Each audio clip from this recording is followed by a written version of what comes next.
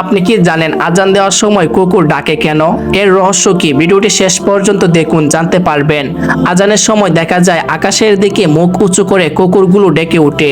এর প্রসঙ্গে হাদিসে পাওয়া যায়, আবু হুরায়রা রাদিয়াল্লাহু তাআলা আনহু থেকে বর্ণিত, আমাদের প্রিয় নবী হযরত মুহাম্মদ সাল্লাল্লাহু আলাইহি ওয়াসাল্লাম বলেন, যখন সালাতের জন্য আজান দেওয়া হয় তখন শয়তান পিছু ঘুরে বায়ু চাটতে চাটতে পালিয়ে যায়, যেন আজানের শব্দ সে শুনতে না পায়। আজান শেষ হলে সে আবার ফিরে আসে।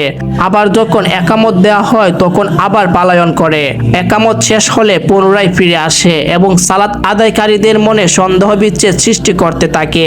সে তাকে বলে, এটা স্মরণ করো, ওটা স্মরণ করো। যে কথাগুলো সালাত আদায়ের আগে তার স্মরণই ছিল না, শেষ পর্যন্ত সালাত আদায়কারী দ্বিধায় পড়ে যায়। সে বলতে পারে না যে তার কত রাকাত নামাজ আদায় করলো।